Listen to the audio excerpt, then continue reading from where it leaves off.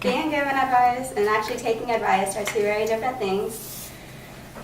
People will tell you all day long what to avoid or how to do something better, but actually taking the advice is something you have to do on your own. Some people listen and take advice to heart, while others, like myself, prefer to learn the hard way. My husband and I decided to take a family trip last spring to SeaWorld, and we decided to take our two kids with us. Everyone kept telling us not to and to wait another year or two because they were too little and they wouldn't enjoy it. But I didn't think that was true. I assumed that they would still have fun no matter what. When we first decided to take the trip to SeaWorld, it was to celebrate our kids' birthdays. And since our kids are born in March and April, I thought spring break would be the perfect time because it was right in between both and I wouldn't have homework. But I was wrong because I didn't know that there was a concert going on in San Antonio the same weekend. And I didn't think about the fact that with it being spring break, there'd be a lot of people traveling.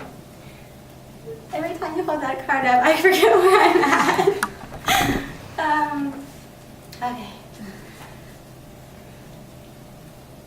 Give me a minute. I'm sorry. It's okay.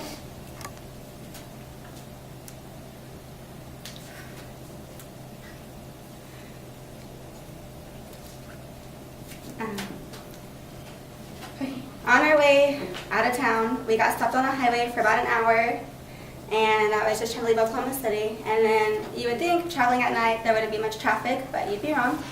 Because on our way from the border of Texas to San Antonio, we hit traffic more than enough times in the middle of the night.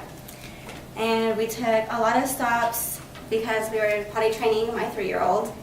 And I didn't think about that when I had the right idea to take this trip. So even with all the stops, he still managed to get through almost every outfit I packed for him.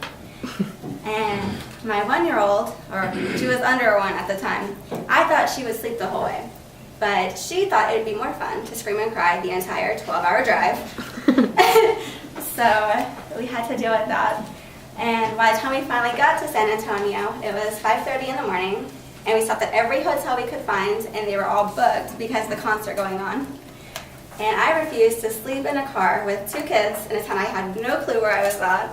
Luckily, I didn't have to. We eventually found a hotel that had a room available because the person who reserved it never showed up. The bad thing was he had to check out by 11 because he reserved it for 2 nights, and they wanted it available in case he showed up the second night. So we got the kids upstairs, and by the time that we got to lay down, it was almost 7, and we got up by 10 to get everybody dressed and ready. And all in all, the rest of the trip went amazing. Everybody had fun at SeaWorld. The kids loved it. The trip home was the same as the trip there. So you can imagine, by the time we got home, we were pretty exhausted, and I was so happy the trip was over. The 2 things I learned from that weekend were always make reservations when making trips and never travel with toddlers.